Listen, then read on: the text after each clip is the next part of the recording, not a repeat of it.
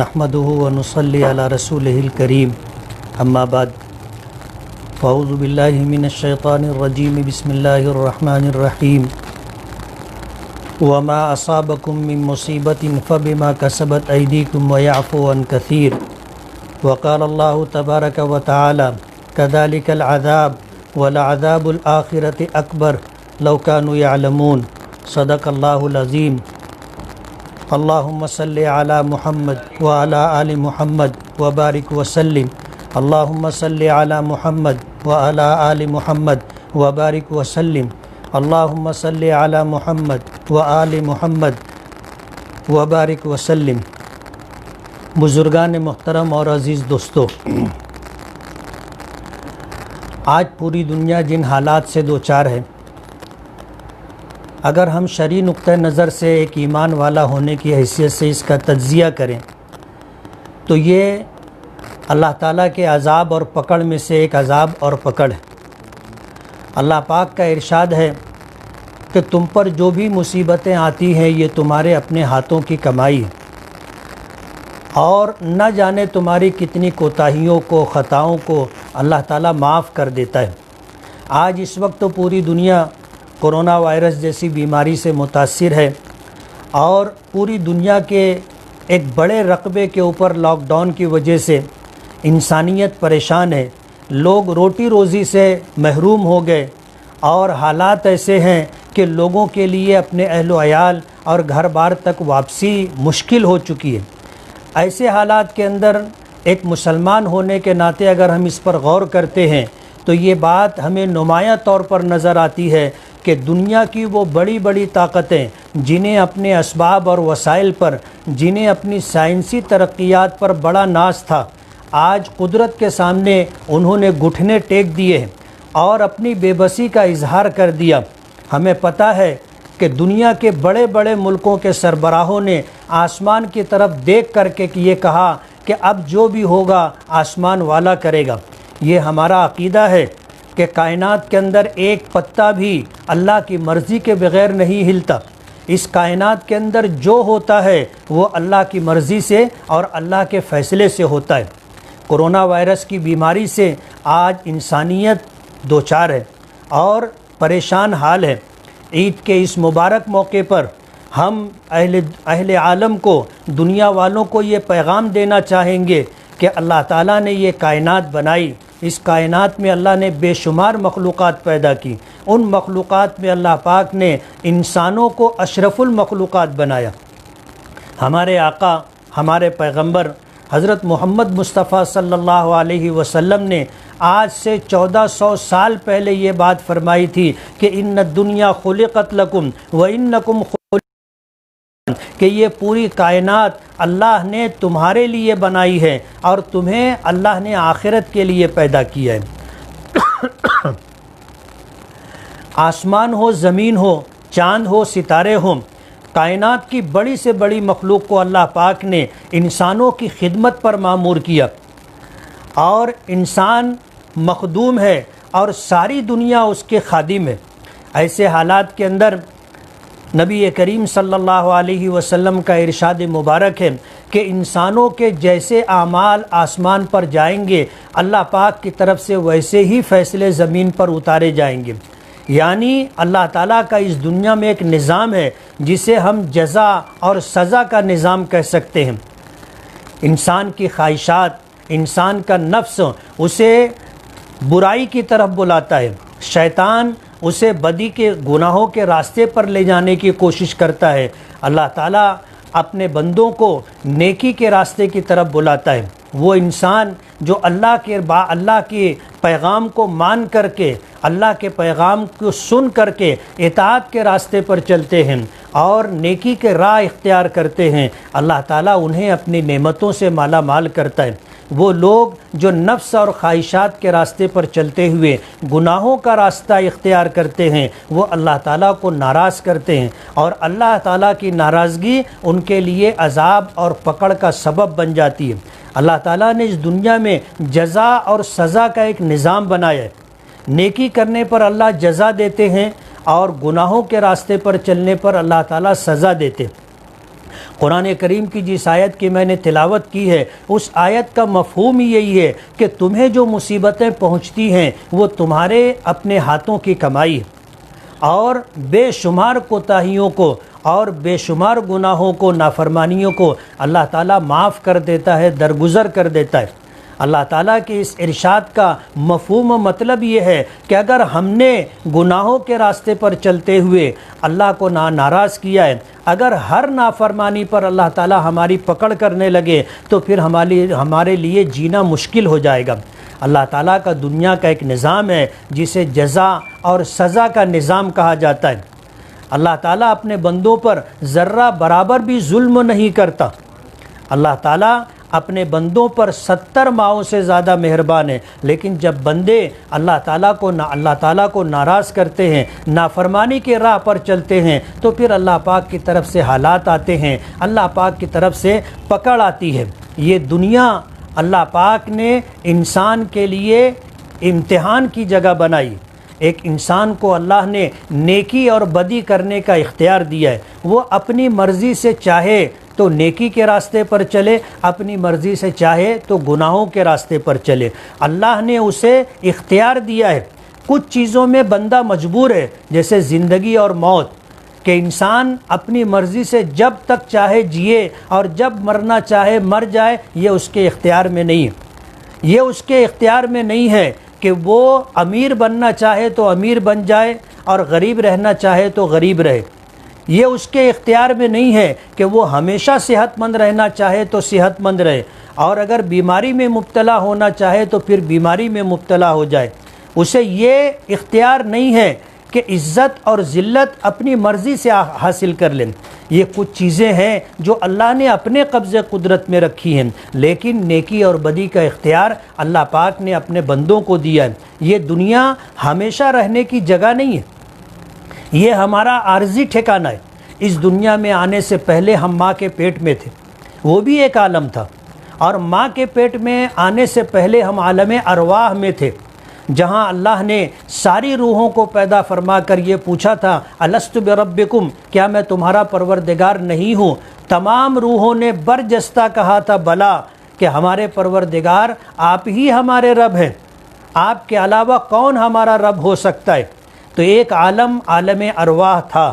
ہماری روحوں کی پیدائش کے بعد اللہ نے جب تک چاہا ہم عالم ارواح میں تھے، اور جب اللہ نے چاہا تو عالم ارواح سے منتقل ہو کر کے ہم ماں کے پیٹ میں آئے، اور ماں کے پیٹ میں جب تک رہنا اللہ نے مقدر کیا تھا ماں کے پیٹ میں رہے، اور ماں کے پیٹ سے پھر ایک وقت آیا ہم اس عالم دنیا میں آئے، اور یہ بھی عارضی ٹھکانہ ہے، یہاں بھی ہم ہمیشہ نہیں رہیں گے۔ جس طرح ماں کے پیٹ میں رہنے کا ایک زمانہ تھا، جس طرح عالم ارواح میں رہنے کا ایک زمانہ تھا، جب وہ زمانہ مکمل ہو گیا تو ہم اس دنیا میں آ گئے۔ تو یہ دنیا بھی عارضی ٹھکانہ ہے، یہاں بھی کوئی ہمیشہ نہیں رہے گا۔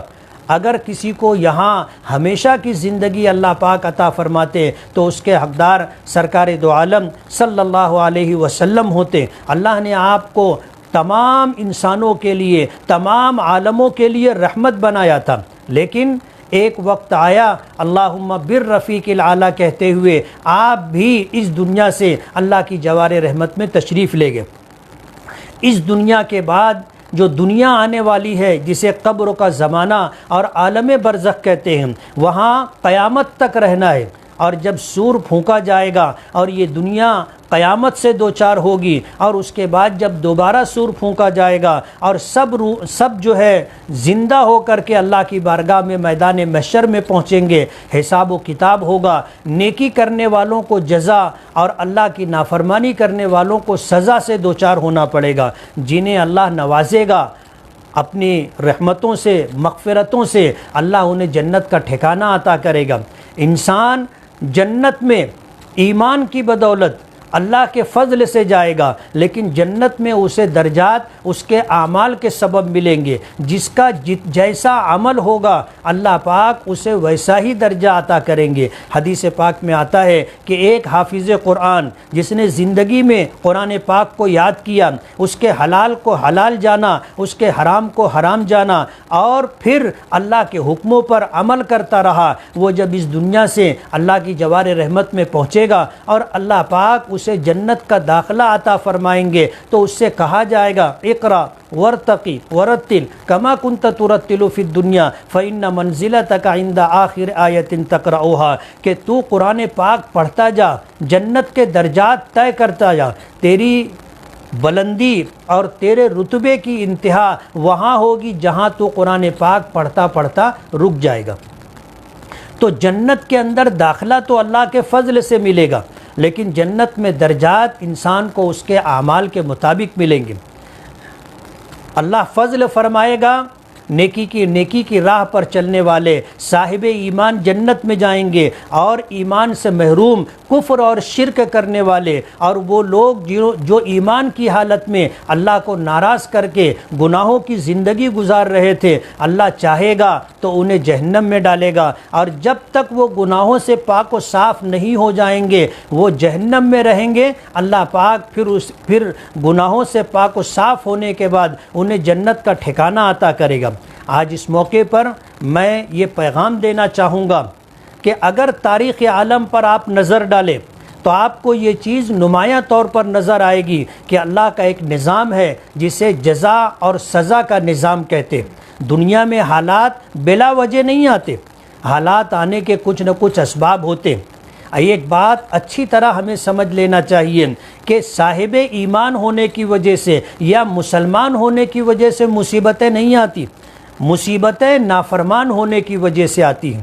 ورنہ تاریخ عالم پر آپ نظر ڈالو گے تو یہ چیز تمہیں نمایاں طور پر ملے گی کہ جن لوگوں نے اللہ کے حکموں کو پورا کیا، نیکی کی راہ پر چلتے رہے، اللہ تعالیٰ نے اس دنیا میں انہیں راحت، چین و سکون اور اپنی نعمتوں سے مالا مال فرمایا. لیکن وہ لوگ جو اللہ کو ناراض کر کے نافرمانی کی راہ پر چلتے رہے، ان پر اس دنیا میں عذاب آیا.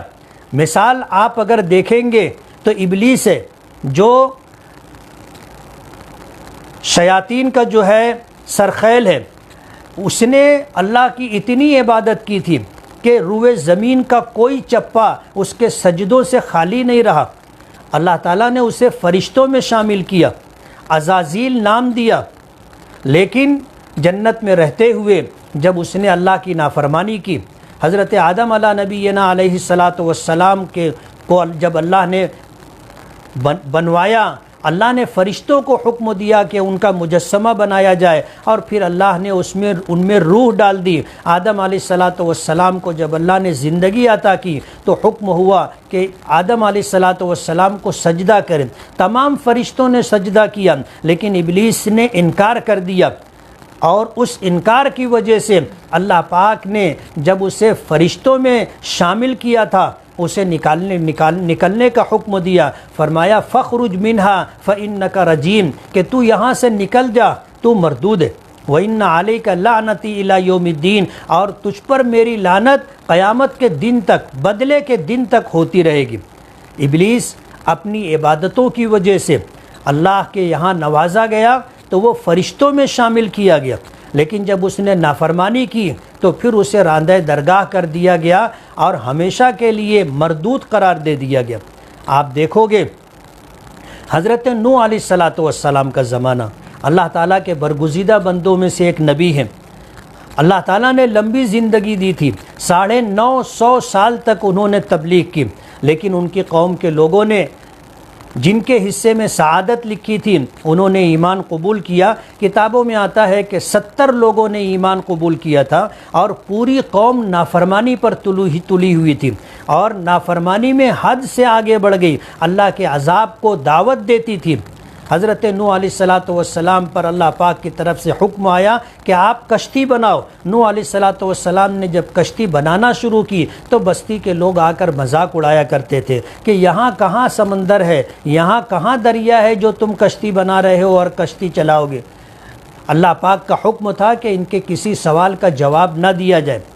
اور پھر وہ وقت بھی آیا کہ جب کشتی مکمل ہو گئی اور قوم اپنی نافرمانی میں حد سے بڑھ گئی تو اللہ پاک کا عذاب آیا، اور پھر زمین اور آسمان دونوں طرف سے، آسمان سے بارش ہونے لگی اور زمین سے پانی ابلنے لگا۔ کتابوں میں آتا ہے کہ تنور جہاں آگ دہکا کر کے روٹیاں بنائی جاتی ہیں اس میں سے بھی پانی ابل رہا تھا، اور پھر اللہ پاک نے سب کو غرق کر دیا۔ اللہ تعالیٰ نے اپنے نبی حضرت نوح علیہ السلام سے یہ کہا تھا کہ جب میرا عذاب آئے گا تو تمہیں صبر کرنا ہے، تمہیں مجھ سے کوئی سوال نہیں کرنا ہے، دعا نہیں کرنی ہے، منع کر دیا گیا۔ اور وہ وقت آیا کہ نوح علیہ السلام کی پوری قوم، جس میں ان کا سگا بیٹا بھی تھا، نافرمان تھا، اللہ کا عذاب آیا اور یہ پوری قوم غرق کر دی گئی۔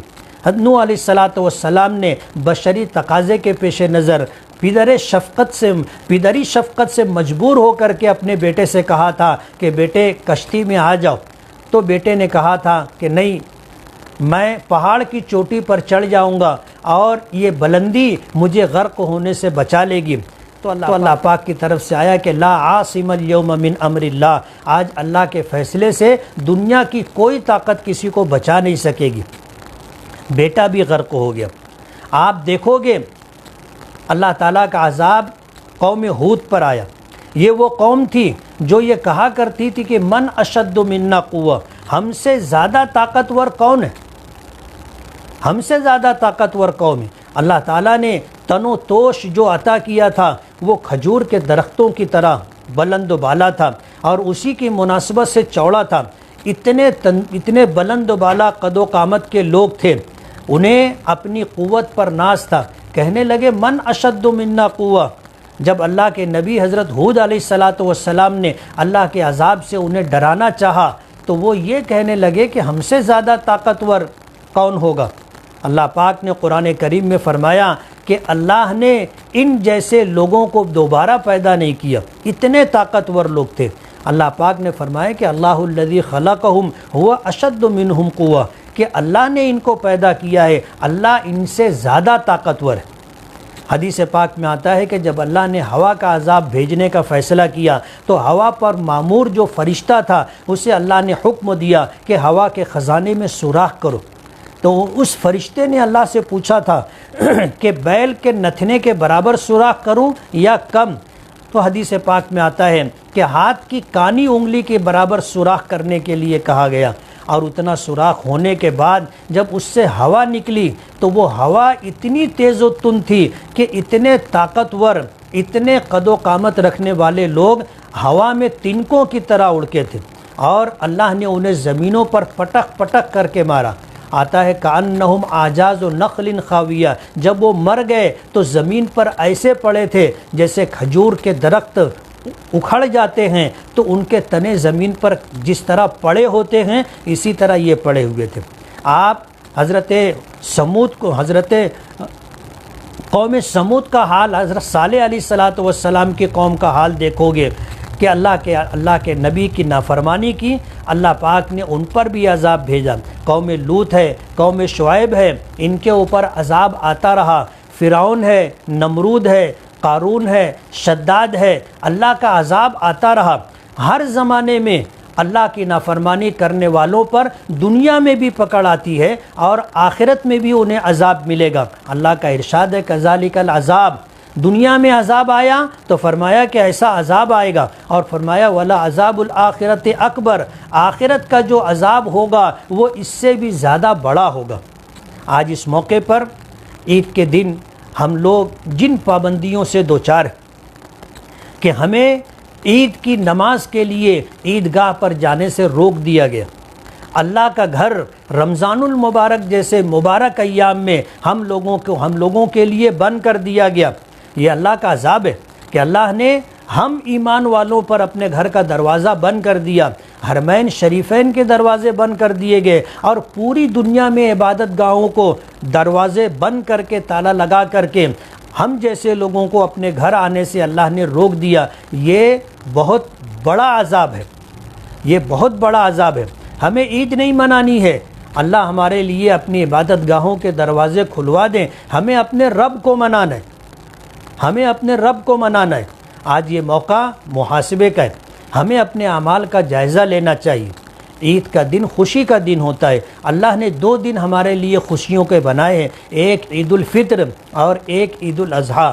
عید الفطر کا موقع مہینے بھر کے روزے، مہینے بھر کی تراویح، مہینے بھر کی تلاوت اور صبر کے ساتھ اللہ کی بارگاہ میں ہم اللہ کے حکموں کی تعمیل کرتے ہیں۔ اسی لیے حدیث پاک میں آتا ہے کہ الصوم لی وانا اجزا بہ، کہ روزہ میرے لیے رکھا جاتا ہے اور میں ہی اس کا بدلہ ہوں۔ روزہ وہ عبادت ہے کہ اللہ جانتا ہے کہ میرے بندوں میں سے کون روزہ ہے اور کون روزے سے نہیں ہے، یہ اللہ جانتا ہے۔ اللہ پاک نے خود اس کی جزا دینے کا یا خود کو اس کی جزا ٹھہرایا۔ روزہ ایک ایسی عبادت ہے کہ رمضان المبارک کے ان مبارک ایام میں جن لوگوں نے پہلے عشرے میں اللہ کی عبادتوں کا اہتمام کیا، اللہ نے اپنی رحمتوں سے نوازا۔ دوسرے عشرے میں جن لوگوں نے اللہ کی اطاعت کی، روزوں کے ساتھ تراویح کے ساتھ اپنے ایام گزارے، اللہ پاک کی طرف سے انہیں مغفرت کا پروانہ ملا۔ تیسرے عشرے میں جن لوگوں نے اللہ کی فرما برداری کی، روزے اور تراویح کے ساتھ اللہ کو راضی اور خوش کرنے کا اہتمام کیا، اللہ پاک نے انہیں جہنم سے خلاصی اور نجات کا پروانہ عطا کیا۔ آج عید کا دن ہے اور عید کے دن یہ خوشیوں کا دن ہوتا ہے، لیکن آج دنیا میں بسنے والے روئے زمین پر جتنے مسلمان ہیں وہ عید کی سچی خوشیوں سے محروم ہیں، اس لیے کہ عید کا دن مہینے بھر کی عبادت و ریاضت کے بعد عید گاہ میں جا کر کے 2 رکعت نماز شکرانہ جسے واجب قرار دیا گیا ہے اسے ادا کرتے ہیں۔ حدیث پاک میں آتا ہے کہ عید کی صبح ہوتی ہے، ہر گلی کے کونے پر نکڑ پر فرشتے مامور ہوتے ہیں جو یہ اعلان کرتے ہیں کہ نکلو اس کریم رب کی بارگاہ کی طرف جو بڑا نوازنے والا ہے، نکلو اس کریم رب کی بارگاہ کی طرف کہ جب تم اللہ کی بارگاہ میں ہاتھ پھیلا کر مانگو گے تو جو مانگو گے وہ عطا کیا جائے گا، اور تمہاری مانگی ہوئی چیزوں میں جو تمہارے لیے بہتر ہوگی اللہ وہ عطا کرے گا۔ اور اگر اپنی ناسمجھی کی وجہ سے کوئی ایسی چیز مانگ لی، ایسی چیزوں کی دعا کر لی جو دینا مناسب نہیں تھا، تو اللہ اس کے بدلے میں تمہیں دوسری کوئی مناسب چیز عطا کرے گا۔ آج عیدگاہ جانے سے ہم روک دیے گئے۔ میں یہ عرض کر رہا تھا کہ جزا اور سزا کا ایک نظام اللہ پاک نے بنایا ہے۔ آج ہم پر جو حالات ہیں یہ ہماری نافرمانیوں کی وجہ سے، یہ اللہ کا عتاب ہے، اللہ کا عذاب ہے۔ دنیا کی بڑی بڑی طاقتیں عاجز اور بے بس ہو گئی اور سب ایک زبان ہو کر کے کہتی ہیں کہ کرونا وائرس جیسی بیماری جو وبائی مرض کی شکل اختیار کر چکی ہے، اس کا کوئی علاج نہیں، اس کی کوئی دوا نہیں ہے، آج تک اس کا کوئی ویکسین ایجاد نہیں کیا جا سکا۔ ہم تو یہ کہتے ہیں کہ جب اس کی دوا نہیں ہے تو اب ہمارے پاس ایک ہی سہارا ہے اور وہ ہے دعا۔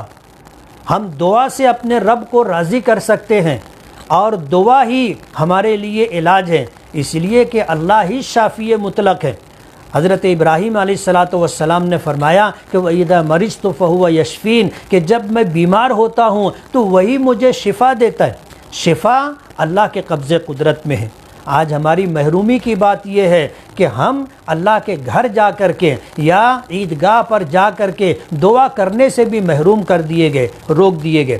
میں یہ گزارش کرنا چاہوں گا کہ آج ہمیں اللہ کی طرف متوجہ ہونا ہے اور اللہ کی طرف متوجہ ہو کر کے اپنے رب کو راضی کرنا ہے، منانا ہے۔ اسی کے قبضے قدرت میں پوری دنیا کا نظام ہے۔ اللہ چاہے گا تو کورونا جیسی وبائی بیماری اللہ کے سامنے کوئی حیثیت اور کوئی معنی نہیں رکھتی۔ اللہ چاہے گا ایک لمحے کے اندر شفا کا فیصلہ کرے گا اور پوری دنیا کے لوگ ایک لمحے میں شفا یاب ہو جائیں گے۔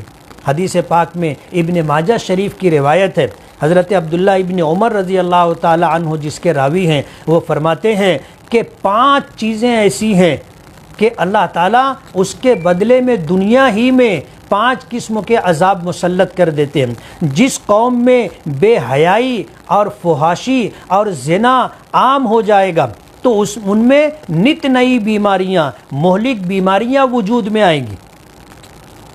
یہ جو کورونا جیسی بیماری ہے، یہ نئی بیماری کہو یا پرانی بیماری کہو، لیکن جب قوم بے حیائی کے راستے پر چلتی ہے، قوم فحاشی کے راستے پر چلتی ہے، تو پھر اللہ پاک کی طرف سے مہلک نت نئی بیماریاں جن کا نام کبھی نہیں سنا گیا، جس کا علاج لوگوں کے پاس نہیں ہے، ایسی بیماریاں آئیں گی۔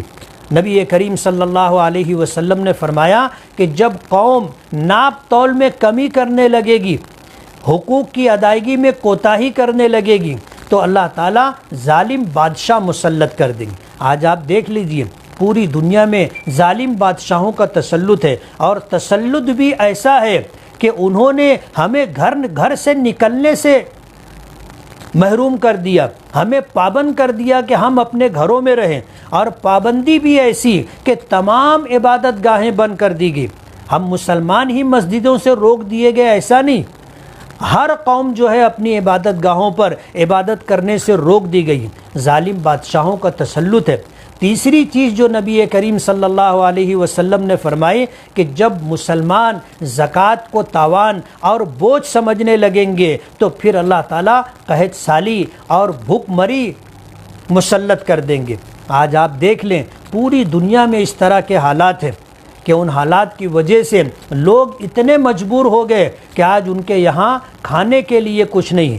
عید جیسا دن ہے اور کتنے گھرانے ایسے ہیں جن گھروں میں رہنے والے مرد کہو، عورتیں کہو، معصوم بچے کہو، بھوکے ہیں، جن کے پاس پیٹ بھرنے کے لیے کوئی انتظام نہیں ہے۔ چوتھی چیز جو نبی کریم صلی اللہ علیہ وسلم نے فرمائی کہ جب میری قوم جب انسان عہد شکنی کرنے لگیں گے تو اللہ تعالیٰ ان پر دشمنوں کو مسلط کر دے گا۔ پانچویں چیز نبی کریم صلی اللہ علیہ وسلم نے فرمایا کہ جب اللہ تعالیٰ کے حکم کو توڑنا آسان سمجھا جانے لگے گا تو اللہ تعالیٰ آپس میں نا اتفاقی اور آپس کے اندر خانہ جنگی کے اندر مبتلا کر دیں گے۔ آج اگر دنیا کے حالات پر نظر ڈالی جائے تو یہ چیز بالکل نمایاں طور پر نظر آتی ہے کہ اللہ کے رسول صلی اللہ علیہ وسلم نے جو کچھ فرمایا وہ بالکل برحق ہے۔ عید کے اس مبارک موقع پر ہم عیدگاہ پر نماز ادا کرنے سے روک دیے گئے، ہم نے گھروں میں عید کا دگانہ ادا کیا، ہم نے چھوٹی تعداد کے اندر چند نفری لوگوں پر ہم نے مسجدوں میں جو ہے عید کا دگانہ ادا کیا۔ یہ اللہ تعالیٰ کا عذاب ہے۔ ہمیں اللہ کی طرف رجوع ہونا چاہیے، توبہ و استغفار کرنا چاہیے۔ اللہ تعالیٰ بڑے رحیم و کریم ہے۔ بندہ اللہ کی طرف ایک قدم بڑھتا ہے تو اللہ تعالیٰ اس کی طرف 10 قدم بڑھتے ہیں۔ بندہ اللہ کی طرف چلتا ہے تو اللہ کی رحمت اس بندے کی طرف دوڑ کر کے آتی۔ حدیث پاک میں آتا ہے کہ بندہ میری طرف ایک ہاتھ بڑھتا ہے تو اللہ ایک یعنی اس سے کئی گنا زیادہ اس کی طرف بڑھتے ہیں۔ بندہ اللہ کی طرف متوجہ ہو، اللہ کی رحمت اس کا استقبال کرتی ہے۔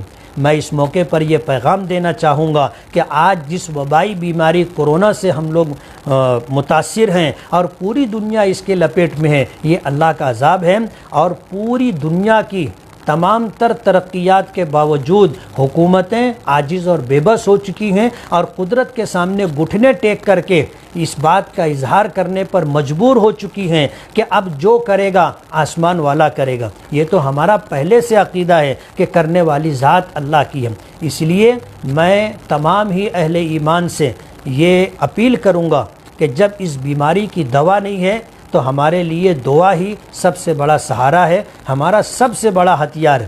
ہمیں اللہ کی طرف رجوع ہو کر کے دعا کرنی چاہیے۔ عید کا یہ مبارک موقع ہے۔ ہمارا شہر مالیگاؤں کورونا جیسی بیماری سے اس حد تک متاثر ہے کہ 1 مارچ سے لے کر 30 اپریل تک 1 مارچ سے لے کر کے 30 اپریل 2019 میں 285 لوگوں کی موت ہوئی تھی، لیکن 2020 میں 1 مارچ سے 30 اپریل تک لگ بھگ 1000 لوگ مالیگاؤں میں موت سے دوچار ہوئے۔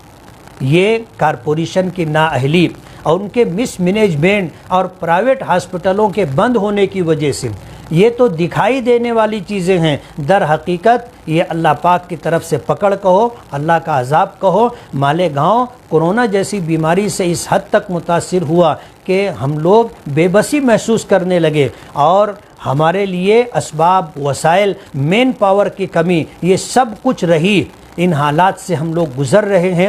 ایسے وقت میں جن لوگوں کے گھرانوں میں موت ہوئی ہے اور ان 2 مہینوں کے اندر ان کے خاندان کے سرپرست بزرگ، خاندان کے بڑے یا ان کے محبوب ترین لوگ موت سے دوچار ہو کر کے اللہ کی جوار رحمت میں چلے گئے، ہمارے شہر کی بڑی بڑی شخصیتیں چند گھنٹوں کے اندر موت سے دوچار ہو کر کے اللہ کی جوار رحمت میں چلے گئے، ایسے تمام لوگ جن کے گھروں پر اس طرح کے حادثات پیش آئے، میں انہیں تعزیت مسنونہ پیش کرتا ہوں، تسلی کے الفاظ پیش کرتا ہوں، دعا کرتا ہوں کہ اللہ تعالیٰ ان تمام مرحومین کی مغفرت فرمائے، ان کے درجات کو بلند فرمائے، اللہ تعالیٰ ان کے حسنات کو قبول فرمائے، جانے انجانے میں جو کوتاہیاں ہو گئی ہوں اللہ تعالیٰ اپنے فضل و کرم سے درگزر کا معاملہ فرمائے، اور جو لوگ بقید حیات ہیں ان سے یہ گزارش کروں گا کہ ہم اللہ کی طرف رجوع ہوں، دعاؤں کا اہتمام کریں اور اللہ کی اطاعت و فرما برداری کے راستے پر چلیں۔